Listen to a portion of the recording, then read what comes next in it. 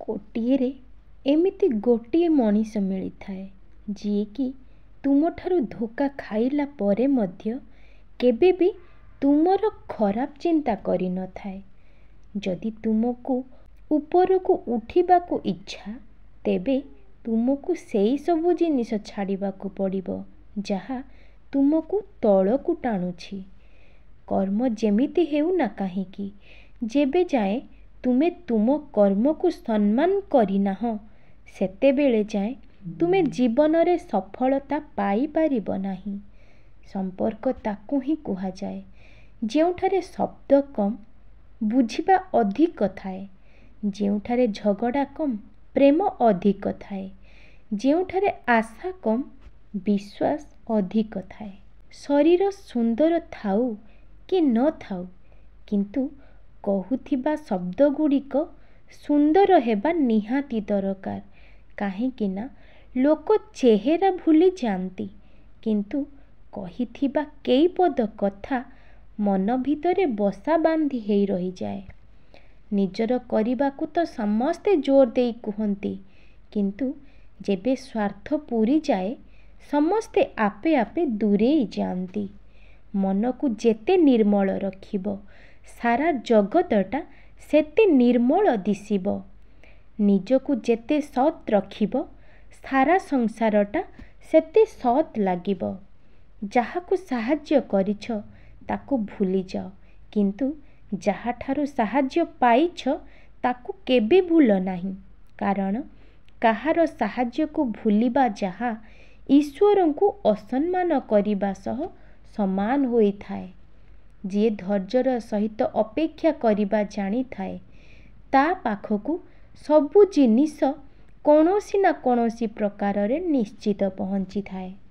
ଲାଇଫରେ ଏମିତି କିଛି କର୍ମ କର ଯେଉଁଠି ଲୋକେ ତୁମକୁ ବ୍ଲକ୍ ନୁହେଁ ସର୍ଚ୍ଚ କରିବେ। ଯେଉଁ ବ୍ୟକ୍ତି ତୁମ ସମ୍ପର୍କର ସମ୍ମାନ ଦେବା ଜାଣିନାହିଁ, ତା ସହିତ ଛିଡ଼ା ହେବାଠାରୁ ଭଲ ଏକୁଟିଆ ରହିବା। ଏହା ଅଭିମାନ ନୁହେଁ, ସ୍ୱାଭିମାନ ଅଟେ। ସମ୍ପର୍କ ତ ଭାଙ୍ଗିବା ଉଚିତ ନୁହେଁ, କିନ୍ତୁ ଯେଉଁଥିରେ ତୁମର କିଛି ମୂଲ୍ୟ ରହୁନି, ସେହିଭଳି ସମ୍ପର୍କ ରହିବା ବି ଅନୁଚିତ। ମଣିଷ ଯେତେ ବି ପଇସା କମାଉନା କାହିଁକି, ଦୁଃଖ ବିକି ପାରିବନି କି ସୁଖ କିଣି ପାରିବନି। ଦୁନିଆରେ ସୁନ୍ଦର ଗଛ ହେଉଛି ବିଶ୍ୱାସ, ଯାହା ମାଟିରେ ନୁହେଁ ହୃଦୟରେ ଲଗାଯାଇଥାଏ। ସଂସାର ସାଗରରେ ଆମ ଜୀବନ ଏକ ନୌକା ପରି, କେବେ ଏ ପାରି ତ କେବେ ସେ ପାରି। ସୁଖ ଦୁଃଖର ତ ଦୁଇଟି କୂଳ, ଆଉ ହସ ଲୁହ ତ ଏଠି ଭାଗ୍ୟର ଖେଳ। ମଣିଷର ସବୁଠାରୁ ବଡ଼ ଶିକ୍ଷକ ହେଉଛି ପରିସ୍ଥିତି।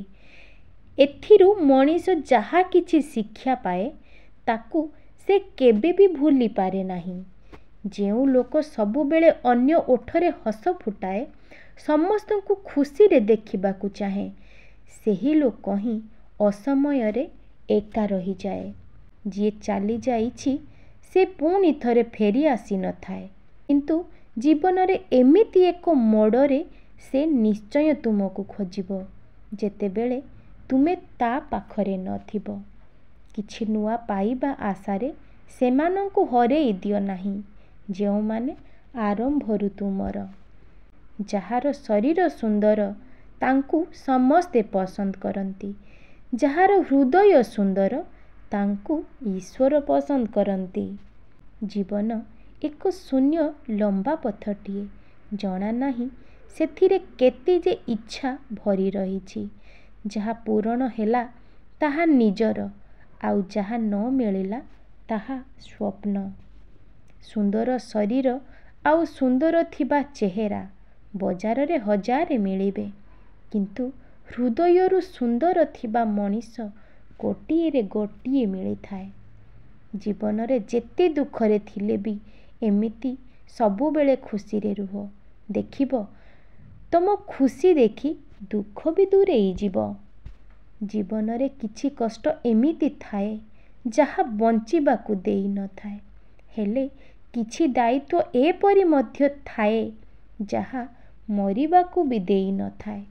मनीष शरीर सबुठारु सुंदर अंश हैला ता मन।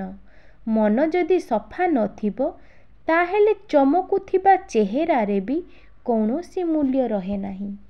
जे दोष करी क्षमा मागे से खूब साहसी।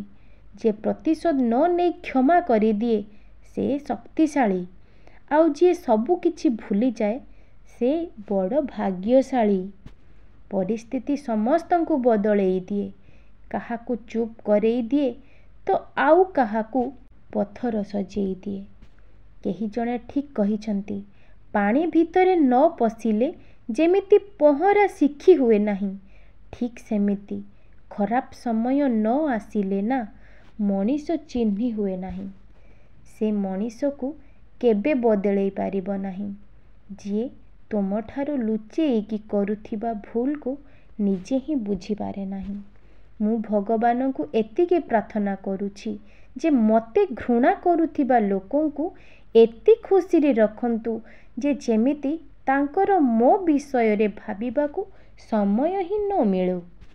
उपहास को डरी निजर लक्ष्य बदलैबा उचित नुहे, काहेकि ना लक्ष्य हासिल परे उपहास करुथिबा बालांको राय बदली जाए। केही तुमको दूरेई देला बोली मन दुख करनी, बरं निजको एमिति योग्य कर जे तुमको देखिबा परे से निजको निजे प्रश्न करिबो कि मनीष चिन्हिबारे मु भूल करिदेली। जेउठी लागिबो तुम पाई अन्य मानंकु कष्ट हेउछि सेठारु हटि जिबा ही बहुत भल होई थाए। जदि तुमे सेतेबेले हसी पारुछ जेतेबेले तुमे पूरा भांगी पड़ीछ, तेबे मने रख दुनिया रे कौनसी ताकत नहीं तुमको हरेई पारिबो। बयसरे किए बड़ होई पारे तो किए सान, किंतु प्रकृत रे बड़ सेई होई थाए जहार हृदय रे समस्तंक पाई प्रेम स्नेह और सम्मानर भावना रही थाए। समस्ते दुख देई पारंती, किंतु दुख सहिबार शक्ति समस्तंक पाखरे न थाए। समस्ते कंदेई पारंती, किंतु हसेइबार शक्ति समस्तंकर न थाए। बंधुता समस्ते करि पारंती, किंतु बंधुता तुलेइबार शक्ति समस्तंक पाखरे न थाए। किछि समय आसे निज सह काटिबाकू पड़े, किछि दुख एमिति आसे नीरबरे सहिबाकू पड़े। सेथिपाई निजठारु बड़ बंधु ए दुनिया रे केही नाहांती।